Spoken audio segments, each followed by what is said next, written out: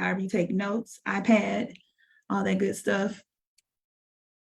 Now's the time. If you want to grab a snack, I'm allowing everyone to enter the room, and we're going to start at 6:04. Ms. Holmes made sure we had an agenda.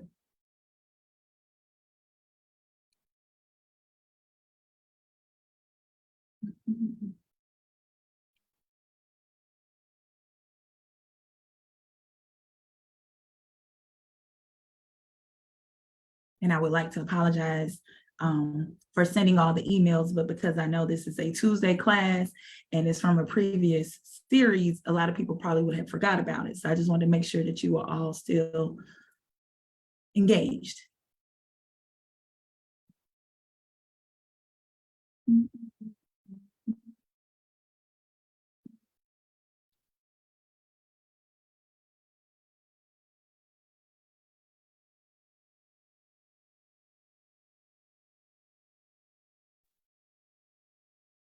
Can I just say hello? I didn't realize until today that I didn't have the materials in advance, so I'm a little bit floating around. Don't really know if I'll be on my best. Well, I'll do my best to participate. Thank you for your patience. Good. Like I said in the previous email, I think a lot of people, because zoning is one of those, it's not like a quick pickup subject. So I think a lot of people might have been like a little discouraged when it came to the assignment. That's why I made sure to emphasize in the email, please participate still, because this is a learning opportunity for everyone. So so you'll be fine, Ms. Brooks. Good evening. I'm with Miss Brooks. I didn't get the information either. So, I didn't get it. All right, we're gonna go ahead and get started.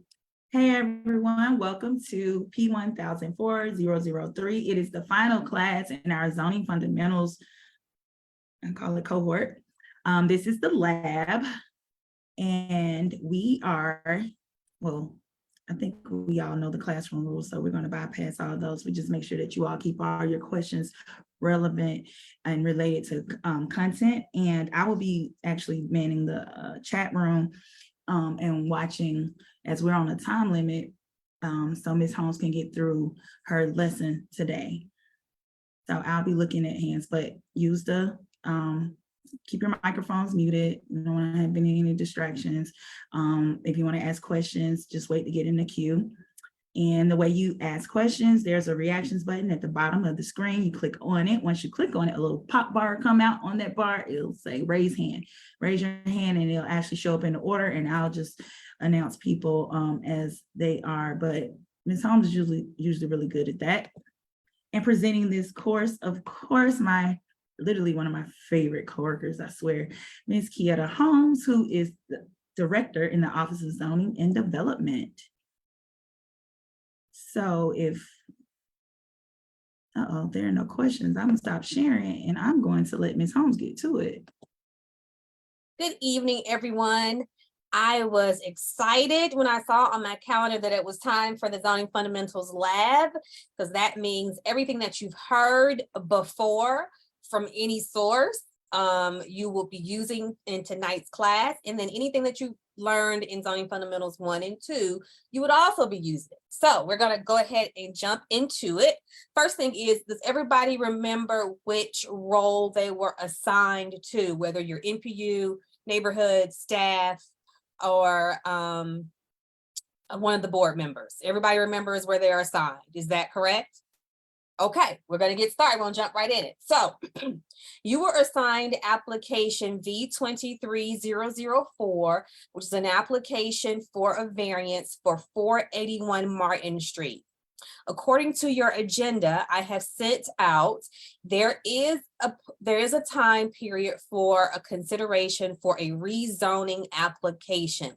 Did anyone consider a rezoning on this property, or is there anyone who would like to venture another category on this property before we begin? If not, we'll go straight to the BZA process.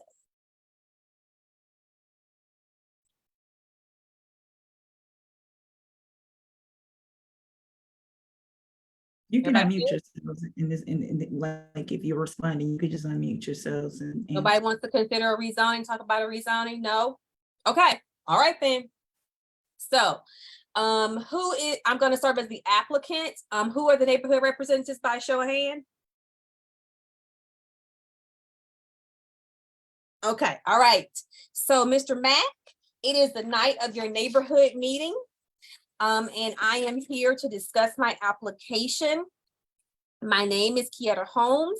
I represent the Office 3350 Development Company, and we are here seeking a variance to reduce some setbacks for the property that we are considering. We're also asking for a special exception to reduce some off-street parking spaces. First, in accordance with the RG regulations, the front yard setback is 40 feet, and we want to reduce that down to 1 foot to bring our project closer to Martin Street. In addition to that, the half-depth front yard is required to be at 20 feet, and because of development purposes, we're also asking for a reduction from 20 feet to 16 feet. And we're also on one side of the street, and then we're also asking for a reduction on the opposite side from 20 feet to 5 feet on Hammock Place. We're also asking for a reduction in the required number of parking spaces because this is designed for student housing. And we believe that most of the students do not have cars and will be traveling via other modes of transportation. And so we're required to have 63 spaces, but we only think we're going to need 24 spaces to build this multifamily structure. And we're here tonight to discuss all those things. Are there any questions that you have for me?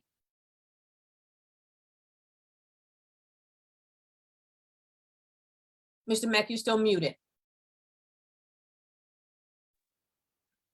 The neighborhood doesn't see anything wrong. We just want to know what is the advantage of approving these setbacks.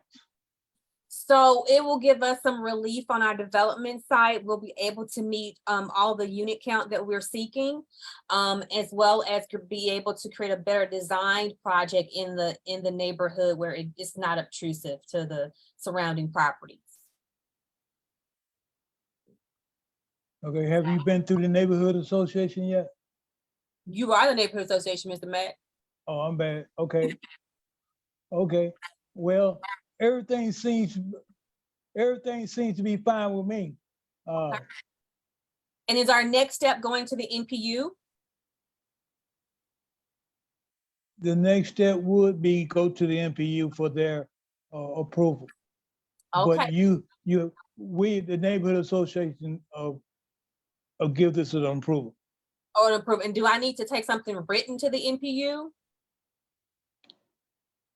Yes, you do, because they got to put it on the agenda. Okay, and will I receive that directly from you or from another neighborhood representative?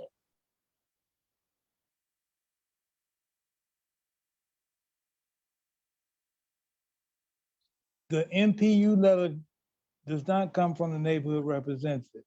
No, it doesn't. Okay, all right, all right. So I thank you for your time tonight, Mr. Mack. I certainly appreciate that. Well, thank you. We appreciate you. All right, we'll take a pause here. This is how I would presume a neighborhood meeting goes. Is there anybody in the class that has questions about conversations between the applicant and Mr. Mack, who represents the neighborhood? Well, Jennifer? full disclosure, I'm sorry, go ahead, Jane. Oh, Jen- sorry, I just muted. So my question is, okay, so we're pretending that we're going with the 60-unit building that they were proposing originally. And if that is the case, then they are over there far, and we actually do need to have a rezoning because that building couldn't possibly be built in RG3. So sorry. Now we're getting interesting. Okay, Jane, you had your hand up. I wondered if how it fits with the neighboring structures and the transitional heights and setbacks from the street. Is it going to have continuity and look decent for the neighbors, or is it going to be right up to the street and 4 feet of walkway and look really strange. That's a good question. Okay, Jennifer?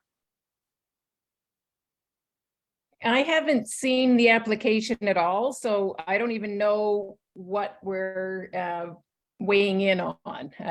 How do I access the application?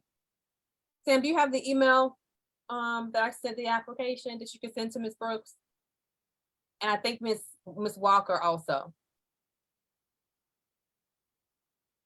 Okay, so now Jennifer has brought a really good point, a really good point of conversation. I did not talk about FAR at all. And this project does exceed the FAR for RG3, and the application would need to go through a rezoning process to get to a zoning district that is compatible with its FAR, right? So for the purposes of this meeting, we're going to assume that has already happened because no one was prepared to talk about a rezoning. So we're going to assume that has already happened, Jennifer, and that the entitlement was approved. Okay, everybody good with that? Okay, all right. John, you got something?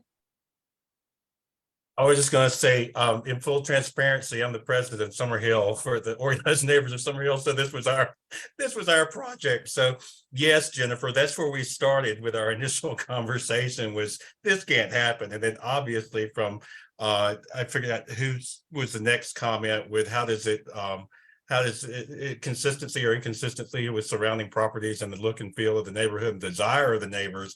Of course, we had to, from the way we say in South Alabama, we had to have prayer meeting about that right away because going from 64 what would in essence be a dormitory stuck down in the middle of our street grids in our neighborhood with adjacent single family housing and townhomes. We that was the initial point of discussion, and having 64 units and a plan for 23 parking spaces.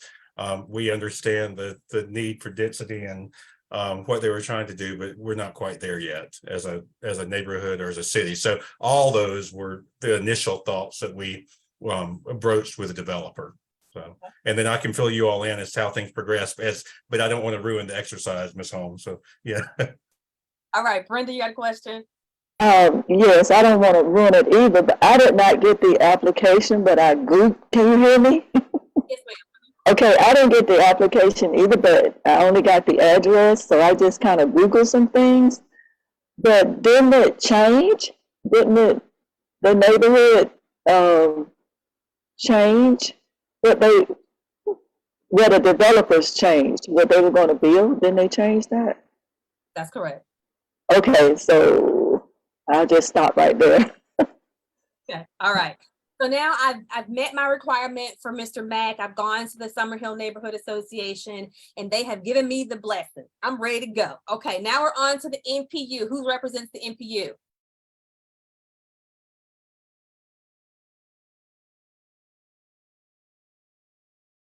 Jennifer and Brenda, you want to volunteer to represent the NPU?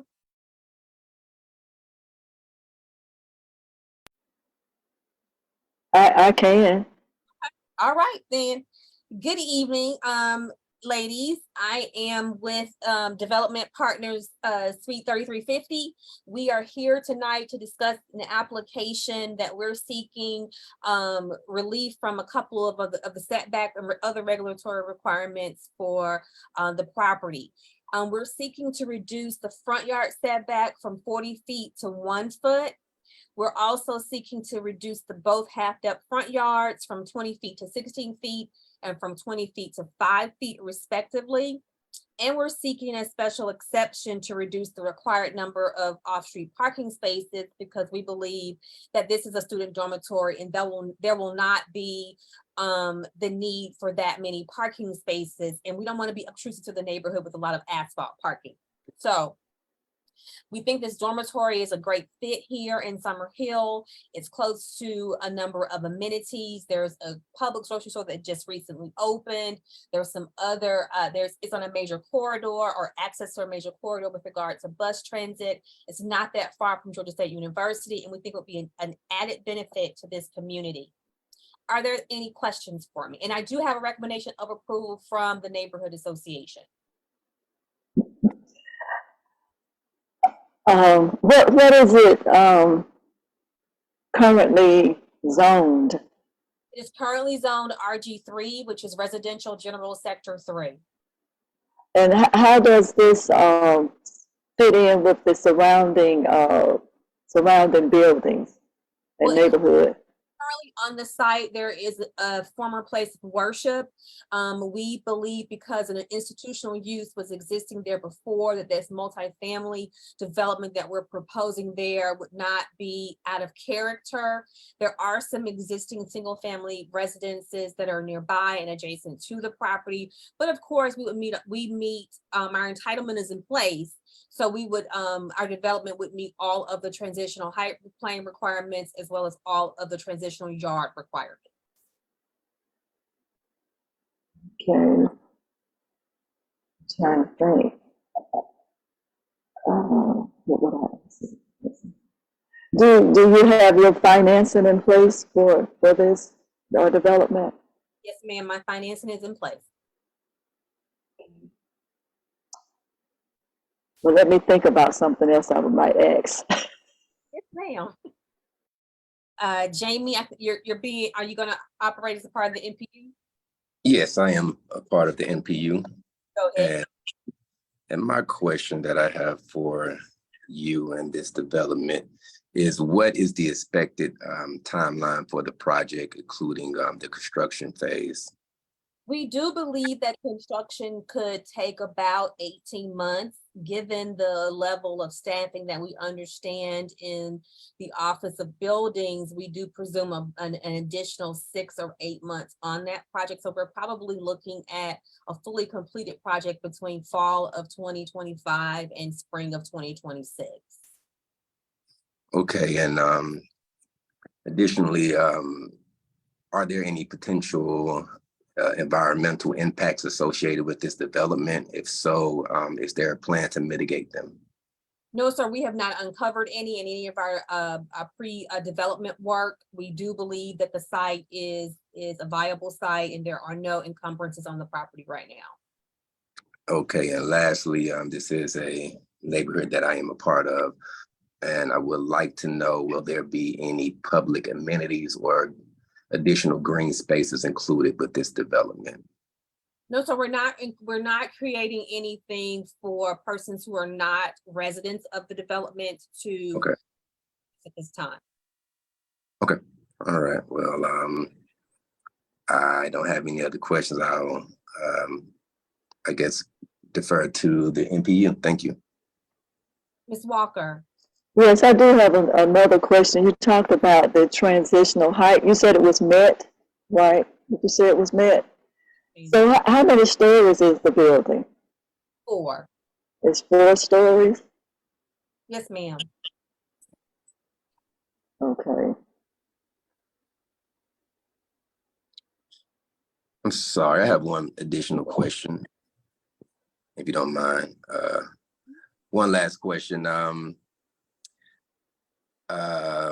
Sorry. Do you have any other examples of successful projects that you have completed before, or is this a first for you and your company? No, sir, sure. So Suite 3350 has done lots of multifamily projects. We've done lots of projects along the Hank Aaron corridor. We have another project that is on Georgia Avenue that's close to I-75, all multifamily projects. The project at I-75 and Georgia Avenue is a student housing project as well. Okay, thank you.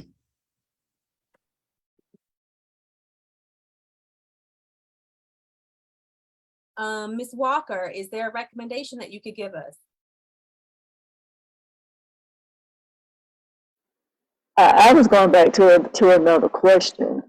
Okay. I just feel like, and this is really how the neighborhoods go, they put their personal feelings in. I just feel like that's too much density for that space. And so as far as, I mean, I know that the neighborhood, their recommendation was to go with it, but I would make a motion. I would make a motion, because you have to do the motion in the affirmative. I would say to approve it, but I personally would vote against it, but I don't know how the other members of the NPU would feel about it, because I just feel like it's just too much density for that area. Okay, I understand that, ma'am.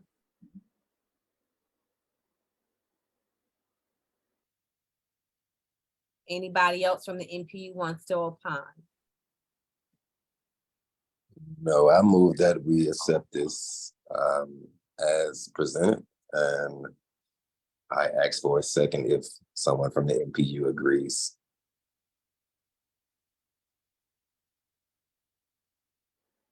I will second it, because it doesn't mean I agree with it, I just second it.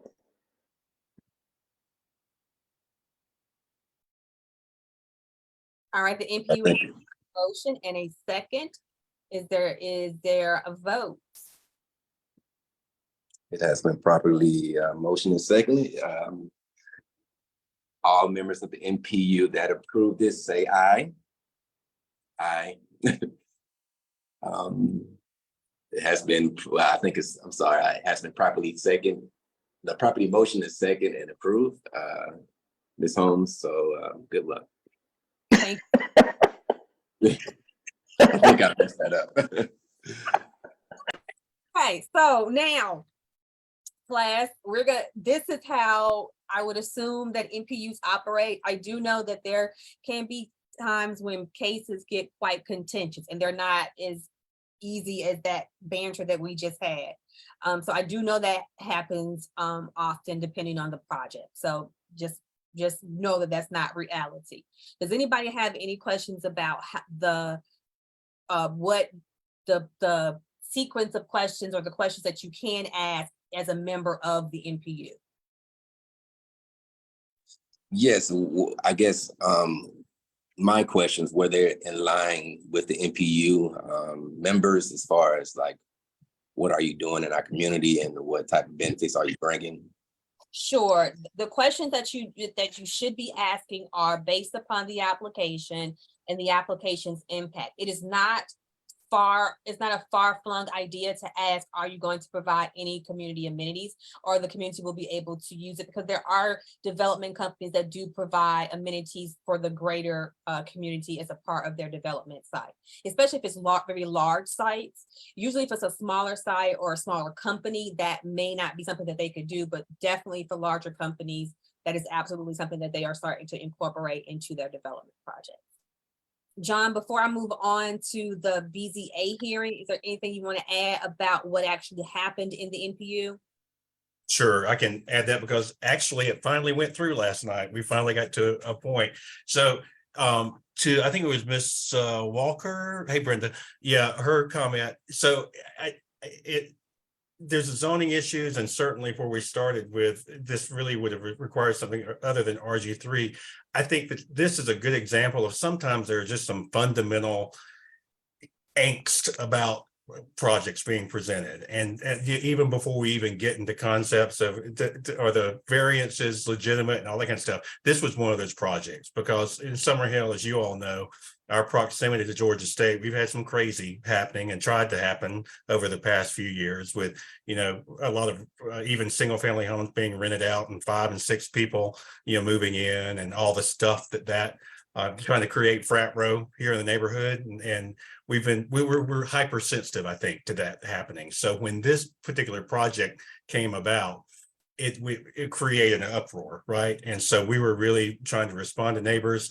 To the developer and their representatives' credit, they really, really did listen to us. And so, I mean, I think we've met probably 10 times about this in some type of public meeting, either in our regularly scheduled Summerhill Neighborhood Association meeting or some sub meeting with the immediately adjacent residents. And we went from that 64 dormitory style, furnished dormitory style apartments, efficiency apartments, to 14 owner occupied townhouses, which is what we finally approved and sent forward to the NPU. And we were there last night to be able to do it. So I think this is just a great example of, yes, all the variances, and we ultimately approve the setback variances to 1 foot, which sounds crazy, but it makes sense, given the street, the way the street's positioned. We still got some questions and some things, but to be honest with you, it's almost like a compromise too, in many respects, on some of the issues of working with a developer and with their representative and saying,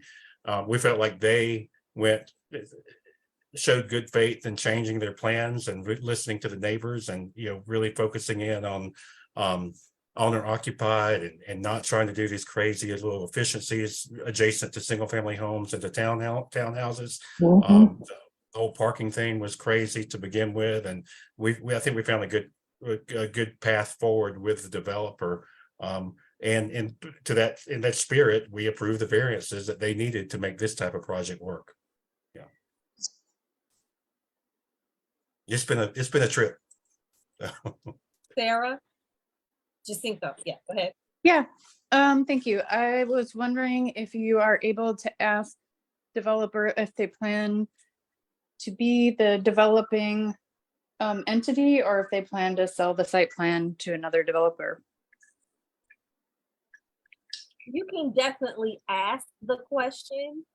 But I would take the response probably at about 75% of accuracy. I'm saying that because the person who is actually taking the project through the entitlement process may or may not be the entity that actually owns the property and has the rights to the actual development itself. And so he may be answering based upon the information, he or she may be answering based upon the information that they have been told at the time. And then later down the road, after the entitlement is in place, the decisions have been made about financing or whatever, and then whoever actually holds the property title could then decide to sell it. Okay. Gotcha. Okay, thank you. Brenda? Yes, my question is in regards to, I guess, the NPU, when Mr. Hilton said that they approved the variance. So that's a recommendation, right? Because it still has to go before the Board of Adjustment, correct? Yeah, that's what I meant. Yeah, that Oh, okay. the neighborhood moved it forward to the MPU, saying the neighborhood approved of the variances as requested, and then they'll forward that recommendation to the city. Right, okay, right. Yes, ma'am. Okay, so then the next step in the process would be the public hearing before the Board of Zoning Adjustment. Internally in the office, we would have already sent to the board members the staff recommendation. For the purposes of this meeting, of this class tonight, we are going to have persons who are representing the staff present their staff report as they would in the briefing to the board, and then we'll transition into the board hearing. So Jennifer, I know that you are a staff person. Who else is a staff person? I am a staff person as well. I wasn't able to get, be as in depth as far as my review, but I know Jennifer, she can represent the staffers very well because she reached out. Okay, and who is representing the Board of Zoning Adjustment tonight? I think I'm on that. Okay, Shonda, Tanya. I think I am too. Okay, all right, good. Okay, Jennifer, you ready? Yes, I'm ready. And I think no one's gonna like what I have to say. And maybe I don't know really that I'm doing this right, but basically, I mean, as the staff, we're looking to see that these variances basically are in accordance with section 162603 of the zoning code, right? So we're looking to see, one of the questions is, are there extraordinary or exceptional conditions pertaining to this particular piece of property about its size, shape, or topography? My answer would be no. The buildable area within the allowable RG3 setbacks would have been 8,190 square foot. That is sufficient actually to support the allowable FAR, which is 20,545 feet, while adhering to transitional height planes. So, and now I'm going to kind of under my breath say, so I don't, it's interesting that Summer Hill, the neighborhood is like, yeah, this is a great compromise.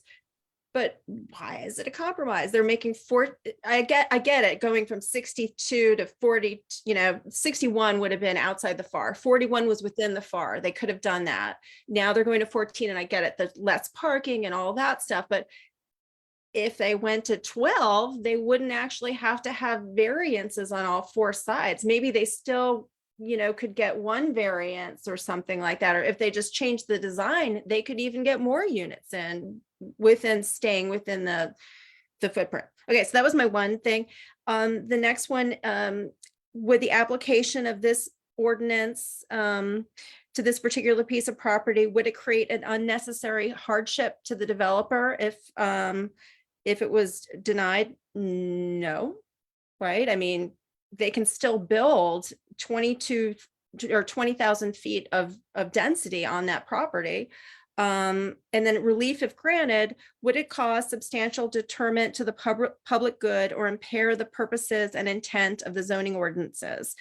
And my question is about the two townhouses that are right behind, that basically are adjacent to this property. I mean, what they're suggesting is that, and this is in the new one, this is in the real one, is that they build 10 feet from the property line against their houses, and that the length of the property goes, from 1 foot, a 1 foot setback, and it does have a little jog.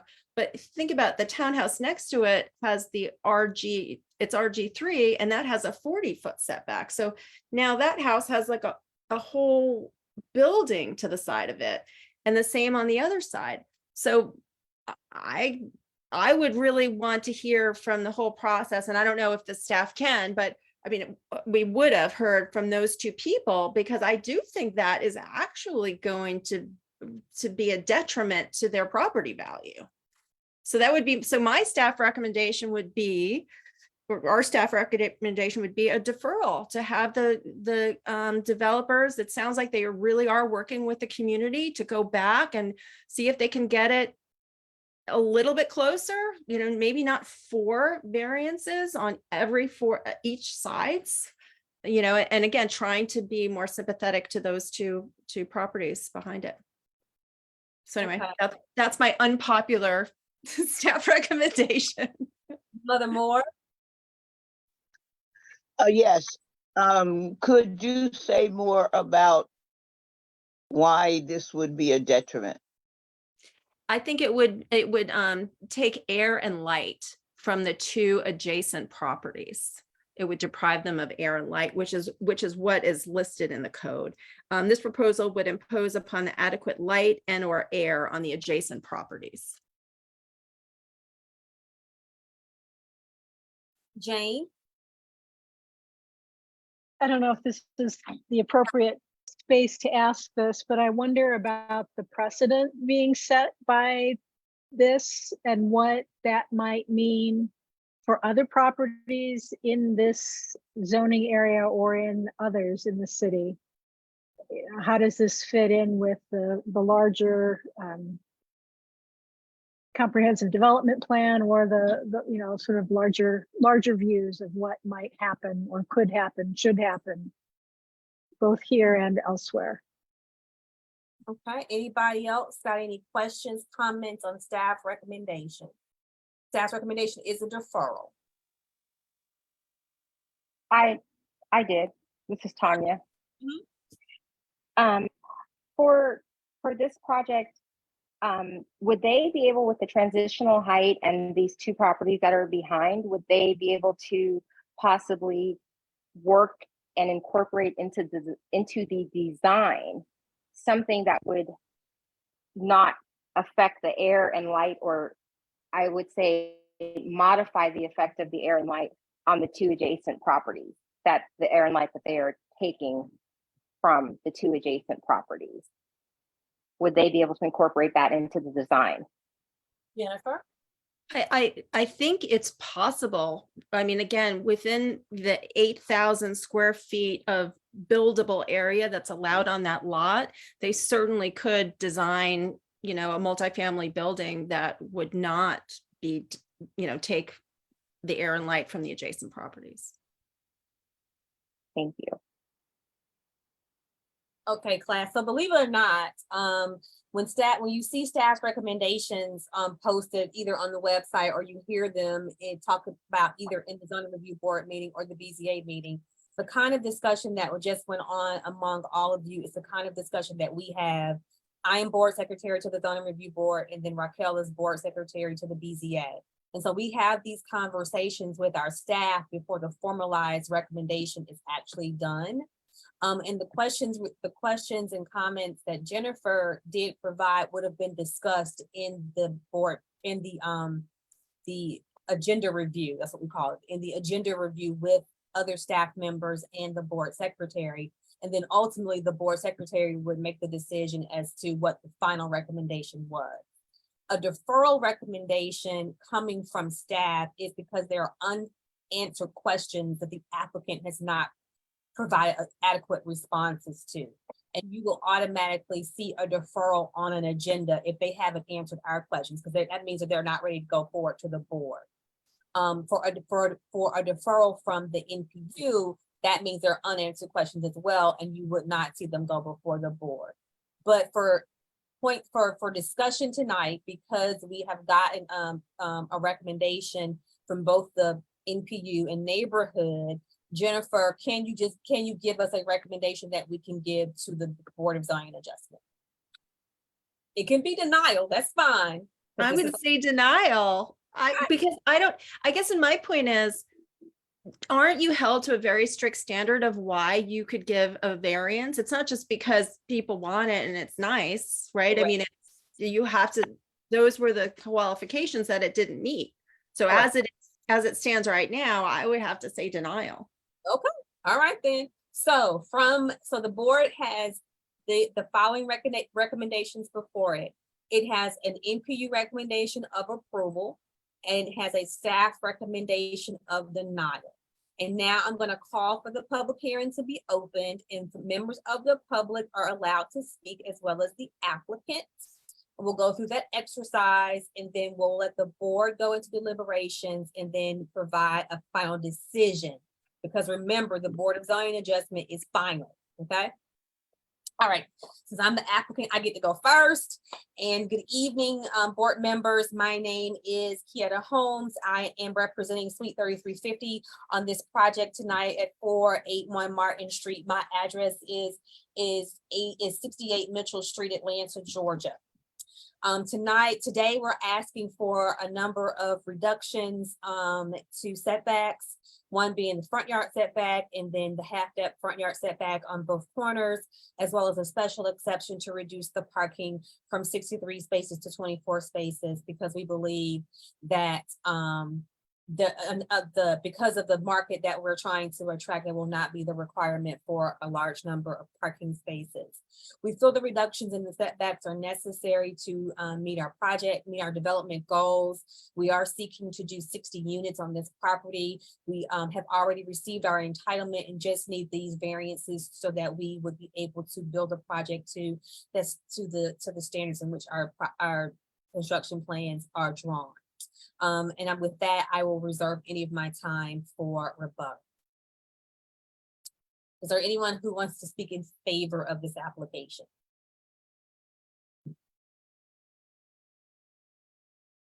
Is there anyone who wants to speak in opposition to this application? Seeing none, Jennifer, you cannot speak in opposition. Oh, I can't. No. Hearing none, the board will go into deliberation. Okay, board members, have at it.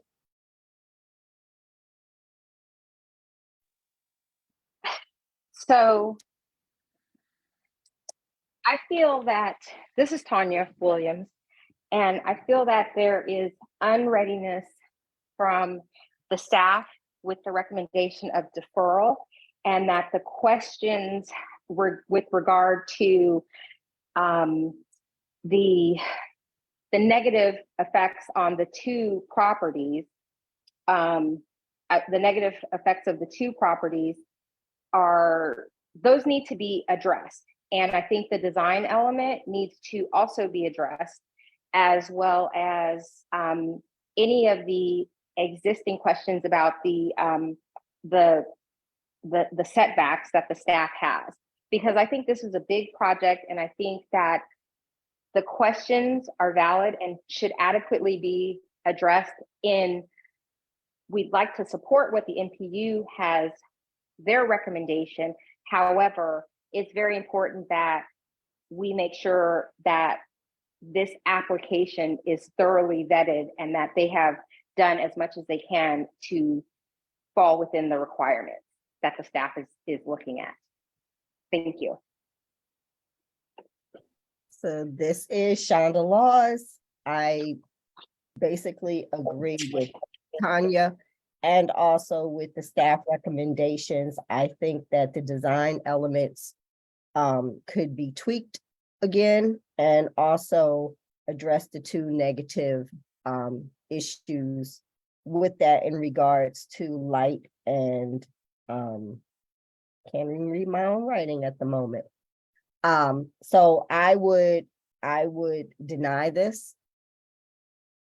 I don't know, wait, I wasn't supposed to say that yet, was I? You can say that. I can say that, okay. As a member of the board, you I can was say. I was trying to go back to my notes from BZA. As a like, member can I of say the that board, you yet? can say that you don't support an application, yeah. Yes, so at this point, for this current application, in its review, I would deny it.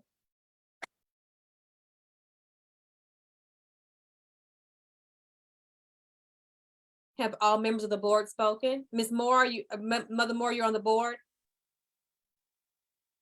Oh, I thought we all were. We're not. But for the purposes of this, I'll let you go ahead and be a board member. Go ahead, Mother Moore. I thought we all became the board. Lord have mercy. So, you know, in the interest of city community relationships, I don't know if this fits, and I don't know if the board does this, but I think that, you know, what is necessary, and I agree with Tanya and the sister that spoke before that, you know, I would deny it on the basis of the recommendations made out, but that we not leave out an avenue to work with the community to be more informed about how this decision from the board is helping us in the community to have a healthier, you know, more sustainable development in the community. So I don't know if that matches what can happen at the city level from our planner, you know, from the NPU department, you know, but not to have a blanket dead end, you know, that leaves like a schism between the staff and the community. Does that make sense, Sister Kieta? It does. I understand what you're saying. Okay, is that it, Mother Moore? Yes. Okay. Other members of the board, do you have comments? Is there a recommendation from the board? Or is there a decision from the board? Sorry, this is BZA. Is there a decision from the board?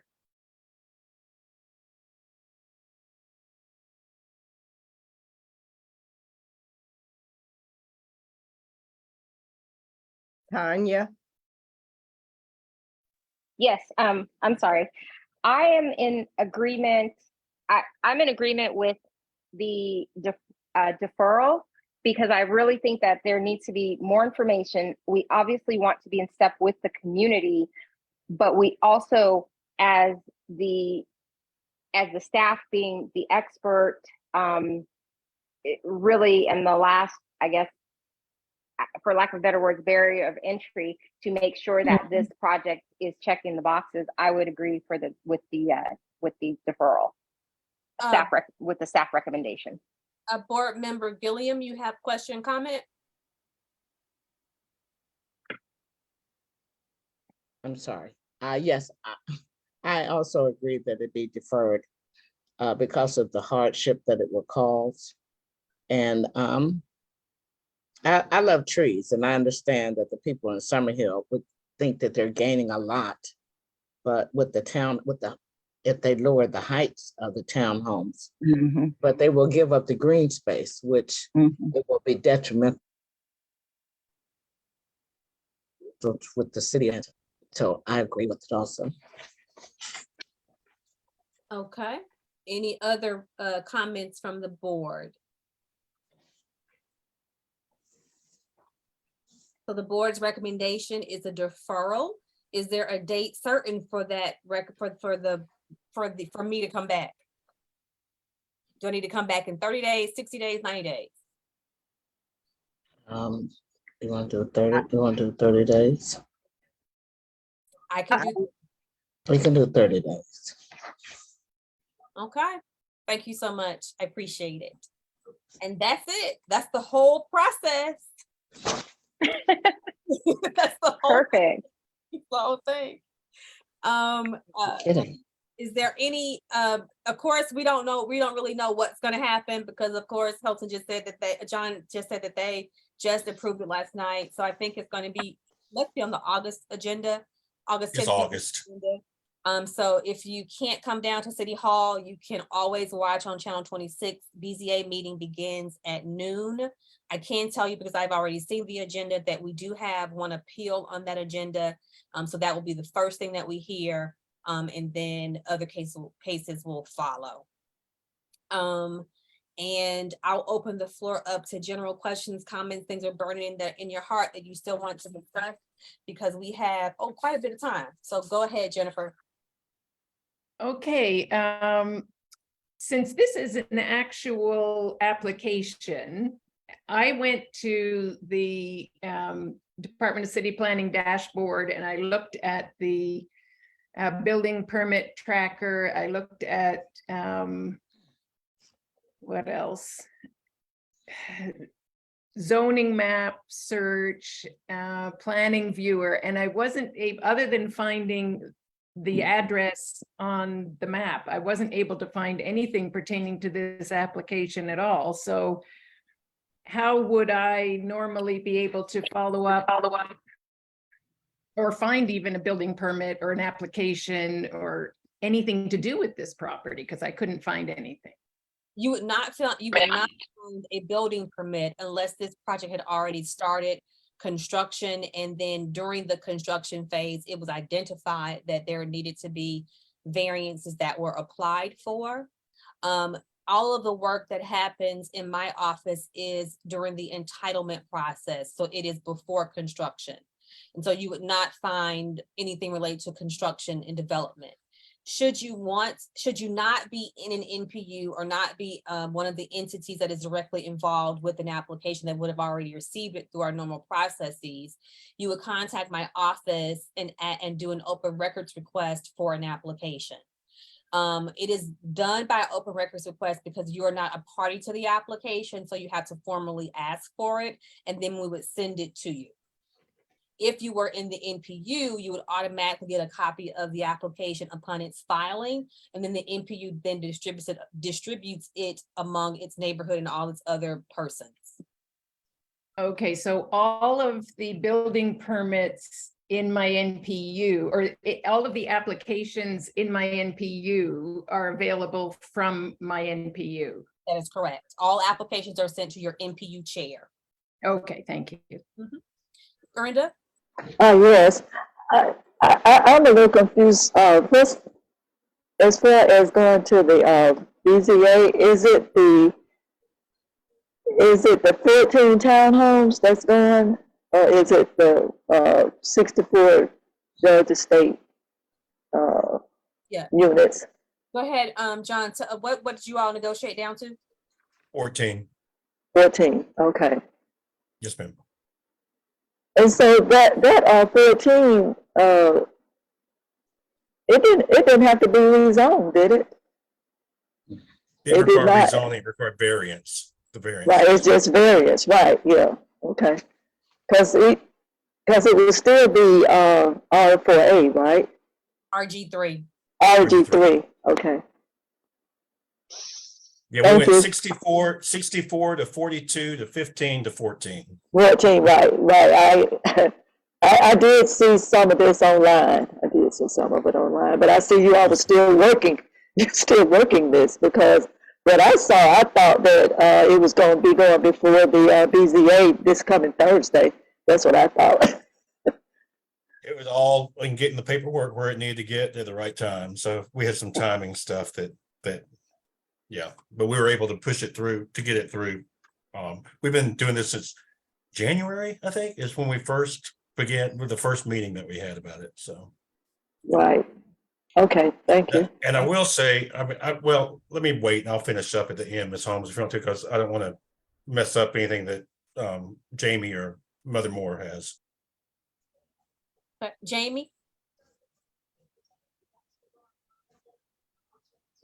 Yes, just had a quick question. I was looking at the zoning review board site, and I see the first step, it says application filed with BOP, and I was looking for that acronym and I just couldn't find it. So if possible, can you just let me know what BOP means? Yeah, sure. So BOP is our former name. Our name Okay. from the Bureau of Planning to Office of Zoning and Development in 2016, 2015, something like that. So Okay. you will find a lot of stuff that still says BOP. All right. So it's But the that's same just thing. Yeah. okay. So zoning review board. Okay. Got it. Uh-huh. Thank you. Mother Moore? Yes, this is a question around, community education. So as we spoke earlier, the staff has a level of expertise that's absent from us in a community, and as I was listening to Jennifer and she was outlining that, and I was thinking, what if we had from you all some general principles that we needed to follow? And maybe this is already there and I've missed it, Sister Tanya. I don't know. Sister Tanya and I are in PUL. Is it possible that we can have that kind of principles of decision making? Because I listened to what y'all said. Okay, the staff gets together and they have this conversation, and this level of expertise and understanding and so forth. And one of the things that came to my mind was like tree canopy, where the city is on tree canopy, and does it match the tree canopy? So what's the likelihood that at the neighborhood level we can have those kinds of general principles, so when we have our land use meetings and we're discussing these applications, we have a checklist? All of the things that we're using are found within our code. When Jennifer started her homework assignment, she sent an email and she had some really good points, and I had to remind her that, Jennifer, you cannot attack this from the neighborhood perspective. I said it is a very technical review from the staff perspective based upon the written language in the zoning ordinance. So she was right when she was going through the steps in her staff report. Is the property of exceptional shape? Does it have one long point? Does it have, is it not a perfect square? Those are the things that we're talking about when we're talking about its exceptionality of the lot itself. Does it have a huge grade change? All those things are what we account for when we answer that question with regard to exceptionality of the lot. And so I can't say that there is a checklist that we can give, because even when young planners come to our office, we always direct them to the code first, learn the code regulations, and when you learn the code regulations, you can apply it to the application that's before you. So lay people and the code, I'm being very transparent with y'all. Mother Moore struggles through the code, and some things I get, some things I don't. There's like an extrapolation from that code that needs to be done. The code is not digestible very easily by lay people. It is not. That is exactly why we are rewriting it, because it is not very user friendly. There's lots of legalese in it. And we're rewriting it to take it all out so that the layperson can pick it up and understand it immediately without having to sit with it for some time to try to get the understanding. So Mother Moore, we do recognize that and are working on that. So the meeting that I'm in with the new code development, when we're looking at that, we should see a radical change in terms of our ability to be able to not only understand, but to apply it to our evaluation of applications. You should be able to. Of course, there are some things that our law department will require the document to say, but when the draft of the document does come out later this year, early next year, you should be able to read it with much ease. Sarah?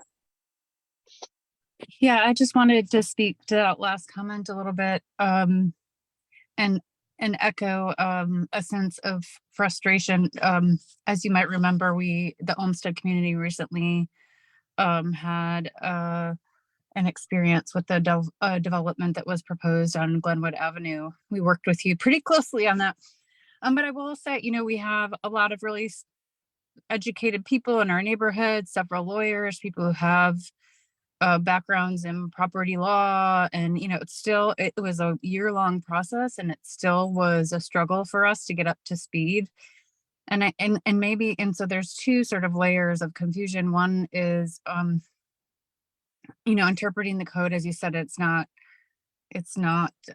built for lay people. And then the second is the city development plans. And I think especially when the developers have a leg up on being very familiar with those things, there are a lot of different ways that those can be interpreted.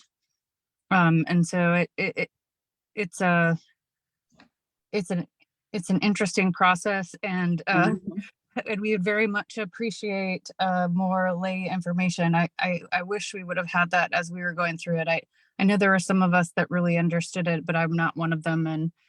And just expressing, like, having gone through the whole process, and we had several deferrals. We had our case was, as Ms. Holmes can attest to, it was not straightforward. It's not over yet, probably, we don't know, but it's tabled right now. But I mean, there were a lot of things that happened, and we had a year and plus to learn, and we learned a lot, but I still feel like it was a lot on us, and then that the developer had sort of the advantage there without us knowing some of the information.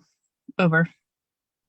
So when young planners, like urban planner ones, come to our office, we equip them with certain tools. A link to the zoning ordinance, a link to the comprehensive development plan, a land use compatibility table, which has all of the zoning districts across the top and all the land use categories on the right-hand side. So it's kind of an XY kind of thing.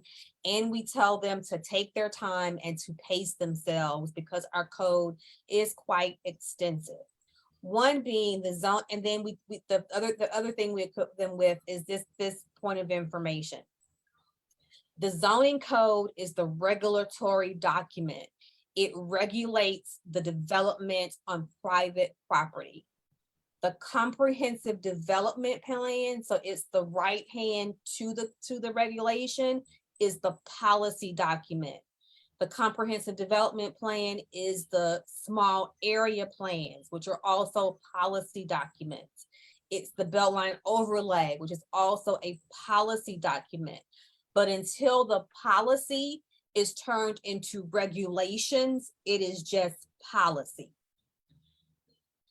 The land use compatibility table is the combination of both of them.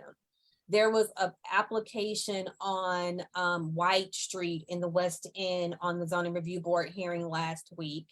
And in 2006 or the early 2000s, the West End neighborhood approached the former council member and asked that the properties be rezoned to R4A single family residential. And that legislation was approved. However, the policy or the future land use designation still remained low density residential. And if you remember from the land use and compatibility table, zoning districts that are consistent with the land use the low density residential category go from R1 to R5, which means you can go from a single family property up to a 2-family structure. From a staff perspective, as the staff will receive the application and made a recommendation of approval because the requested zoning category was consistent and compatible with the existing low density residential land use. It was compatible. From a technical perspective, staff is required to provide a recommendation based upon the adopted zoning ordinance and land use, right? The neighborhood was a bit of not understanding of staff's recommendation, but but for a lot of people, they don't understand the connection between the two documents. And if you don't remember anything else I've said in these 3 courses, remember that land use is zoning ordinance is the regulation and CDP is the policy. Just to make it more practical with what Ms. Jinko was just saying, on Glenwood Avenue, which is a corridor here in the city, the property was zoned R4 single family residential, which allows 1 dwelling unit per 9,000 square feet. The applicant was asking for a PDH zoning, which, as you know, from the land use and compatibility table, a planned development housing zoning category is consistent with single family residential. And the developer was taking his allowed square footage, his FAR, for the property and dividing that up into units. So he was not changing, the only thing he was changing was what the appearance of the property was. So I responded to Ms. Jinko and her residents in a technical perspective. Technically, he is meeting the requirements. He is not exceeding FAR. He's only taking the existing FAR and putting the number of units there. So staff's recommendation was approval and has been approval for a while. NPU's recommendation was denied. And both of those recommendations went to the zoning review board. And I think, if I remember correctly, zoning review board recommended approval, but it was filed back, it was filed by city council. So it is not an application at this time. Nothing happened on the property. So I said all that to say is when the very first step you take when someone comes to your community is understanding what your existing land use is and what the zoning category is that they're seeking. And then secondary to that, we are about to embark upon, the city DCP is about to embark upon an update to our comprehensive development plan. And there will likely be meetings where members of the staff will be out talking to you about what you desire from a policy perspective. And you need to be very clear with your residents or former or neighbors in your area about what it is that you want to see in certain areas. Because once that is adopted, then staff will make recommendations based upon what is adopted. Okay, so I'll stop talking there. I'm sure you all have questions.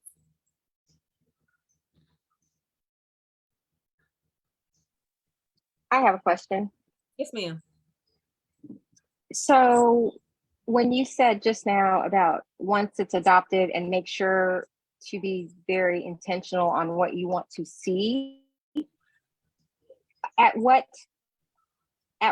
point is that intentionality? Is that at, and maybe I missed a little bit, is that at the NPU level and letting, making sure that the community has asked the questions and is getting their needs addressed? And is that correct what I'm thinking? And then also I have another question. If at the community level, let's say if the chair is presented with some questions from the community, and let's say this is on something that's upcoming or had been deferred and needed, we have questions of how this can best be used to benefit the neighborhood. Is that something that the chair could then send to, would that be our planner and ask these questions, ask any question, or is that something that just has to be diced out in the NPU and then move forward to you guys? First thing is you should, if most NPUs are based upon recommendations from their neighborhood associations coming to the NPUs. If I Okay. was presented with a request from DCP that said, tell us where you want things to occur, where you want high density, where you want low density, where you want mixed use, all those things, I would go to my communities, because my communities are where I am seeking my first recommendation from, or I'm anticipating the first recommendation would come from. So at the NPU level, that seems a bit high, right? That seems Okay. very high. For NPUL has a requirement that you go to the land use and zoning committee before you go to the NPU. So that's really like the smaller communities of Vine City and English Avenue. You go into them first before you get to the big NPU. So the recommendations would say, Vine City has said on MLK, they want medium density residential and they want 10 stories. And that's your recommendation you send back to DCP, because at the smallest level, they have said that that's what they want to see. Now, I want to also say, having experience working on a project in the NPUL and having stuff adopted and then coming back 6 months, 8 months later, and it being a recommendation that is contrary to the adopted plan, that is always concerning to staff. It is always, did we not ask you enough questions? Because we're getting these recommendations that are inconsistent with your plan, and we're making a recommendation based upon the plan that you have said you have adopted. The second thing is, if you have questions related to an active application, you should send those questions to the assigned planner, meaning the planner that is assigned to the application and not your NPU planner. Because the assigned planner has the most information about the application. Thank you. Jamie?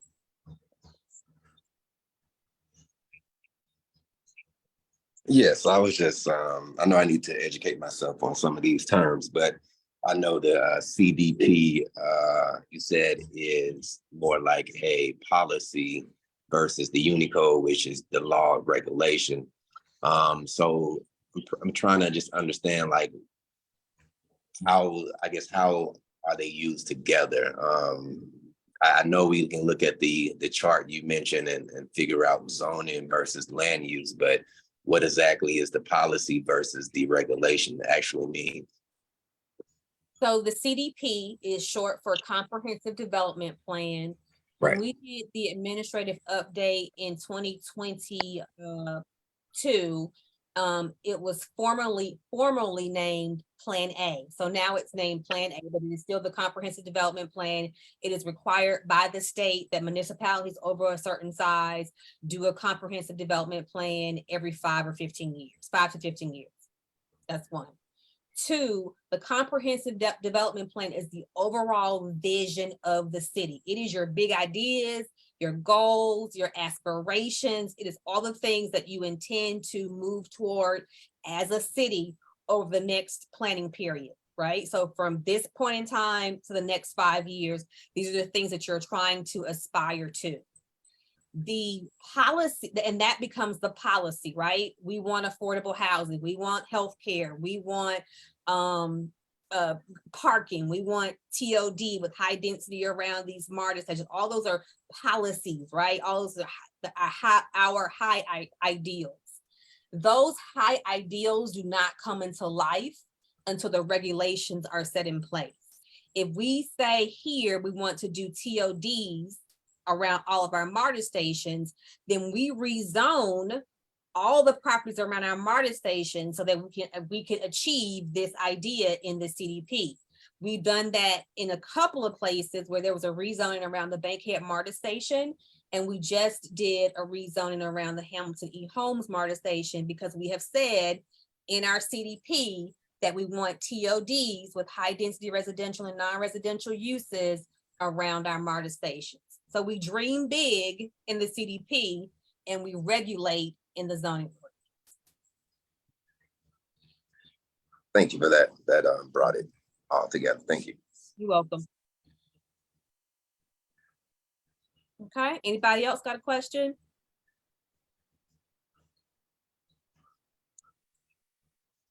So this is off topic, and I do apologize. You just mentioned how HE Homes just got rezoned. So when you mentioned, and I live in that NPU, so when I think of the rezone, I'm thinking of now Avondale Station where they're building all their apartments. So that's something. Okay, got it. Thank you. And Brenda, you want to talk about the engagement that Marta did with you all on that plan at Hamilton Homes? Yes, they came to our NPU twice, I believe, to talk to us about what they were planning there. And I also presented it to our neighborhood association, you know, what they were doing. And as always, you're going to have some against and some for and some not for, but they did come to us twice, if I'm not mistaken, to present their plan to us. But it was just a presentation. We haven't voted on it, I don't think. We voted on it, but I think it was just, they just presented their idea as to what they wanted to do there. Okay. All right, Sarah. Sorry, I don't mean to belabor the CDP and the and the regulations, but I just more clarification. So I'm curious. So I work for the federal government. I know how long things take to change policy. I'm curious if a CDP is in theory, 5 years or at minimum, and it's more a dream or an aspiration, as you said, or like what the city hopes for. Is there reality in thinking that the regulations are going to catch up to that CDP by the time that you actually think about developing a new one? Oh, sure. Well, not citywide, but we do realize a lot of our plans into regulations. We did it does take a bit of time, of course. In NPUL, we started probably about 2016 or 2017 with the West Side Land Use Framework Plan. The West Side Land Use Framework Plan was adopted into the CDP.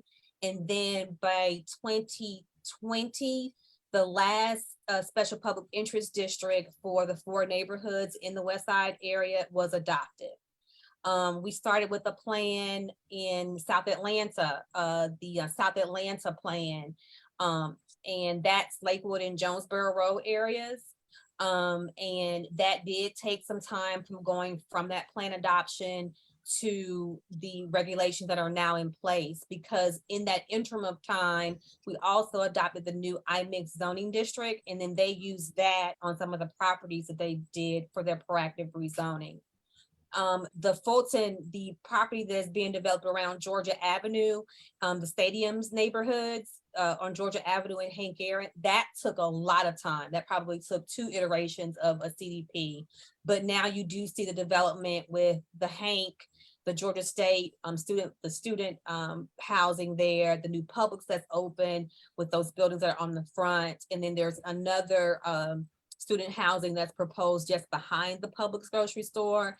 And then on the other parking lot between the new Convocation Center and those other residents, that Georgia State is also going to do some other apartments there. So I'm not going to say that it is automatic. It does take time, but it's policy and plan, and then plan implementation. I know as a department, we are moving towards trying to have enough staff in place that we can move more quickly from policy to plan implementation, but sometimes it does take time. Gotcha. Thank you. You're welcome. Any other questions? Sarah?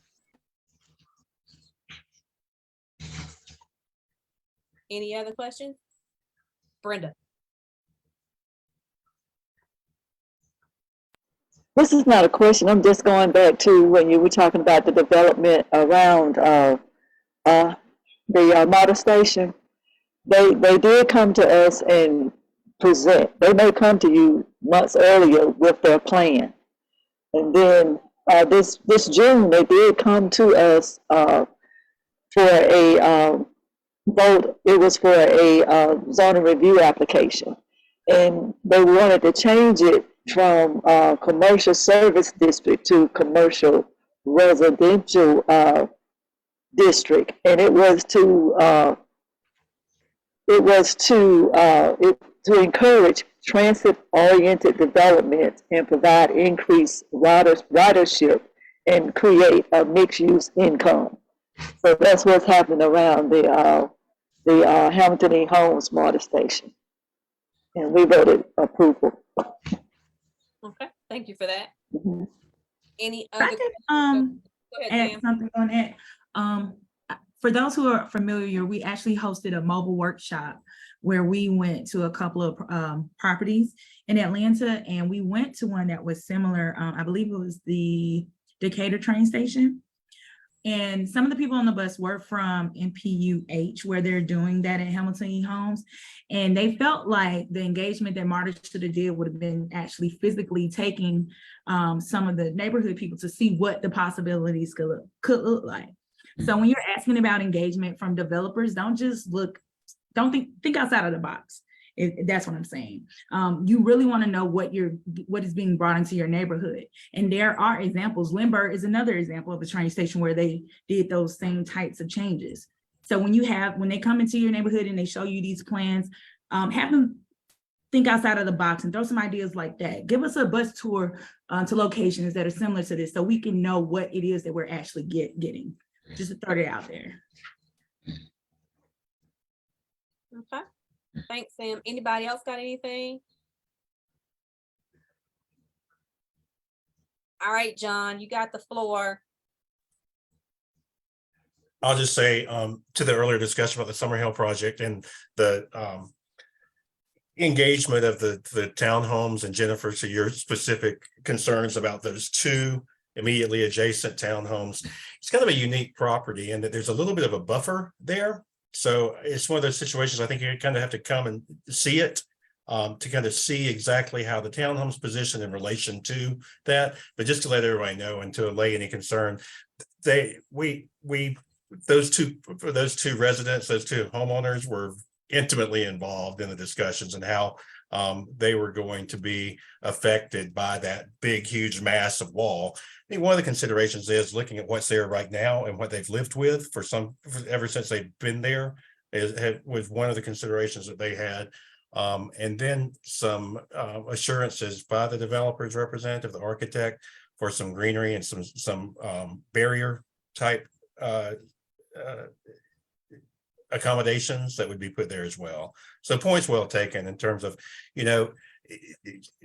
should we have fought harder for something else even? And just again, going back to that kind of spirit of compromise of coming in and not knowing ultimately how BZA may have even come down on this, because we've been burned before, when we thought we were pushing something through and trying to get something, and then they sided with a developer against the recommendations of the neighborhood. So I think you kind of look at the totality of it and then find some happy level with the neighbors, particularly Greenlee Commons, which is a townhouse that ultimately is going to be most affected.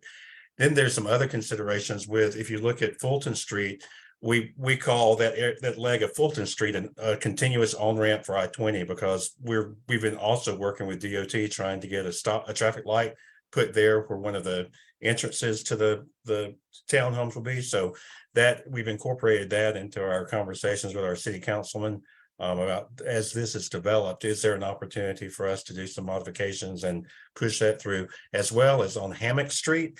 That street there on the other end of the townhomes is just inordinately narrow. It's just like crazy. So we're asking the developer to do some things that hopefully will help improve access to Hammock Street there as well. So it's one of those things that we kind of look at in its totality as we move forward and work with a developer. But the point's well taken. We always want, apparently, especially the residents who are going to be most affected by the development, to have some level of peace with it as it moves forward before we make a recommendation. Okay. All right. Thank you. Good so points. much. I think you need to hire Jennifer, Ms. Holmes. I know, right? I can tell you this is my most enjoyable thing to do. With my as a part of my job is teaching these classes in the spring. I only do it in the spring because it takes a lot to do them with my regular duties. But I hope that you all have enjoyed the series. I hope that you have learned something that you could take back to your neighborhoods and your NPUs, and that and also that the staff of the city is here to help you through with any questions that we possibly can, or answer any questions that we can. Of course, my number is available on the website, but if you don't have my number, it is 404-546-0166. Again, 404-546-0166. If you cannot get me, you can always call the planner on duty on the planner duty desk. It is open Monday through Thursday, from 8:15 to 2 p.m.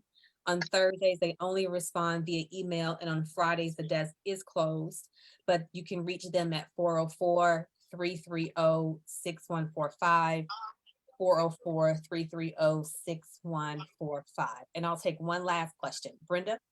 This is not a question, this is a comment. Just want to thank you and Samantha for just a great class tonight. I personally have learned a lot, and I hope that we did well from your perspective. Well, And just, thank you. yeah, well, I appreciate it all. You all, good evening. Thank you so much. Thank you. Literally was talking to myself. Everyone have a good night. You too.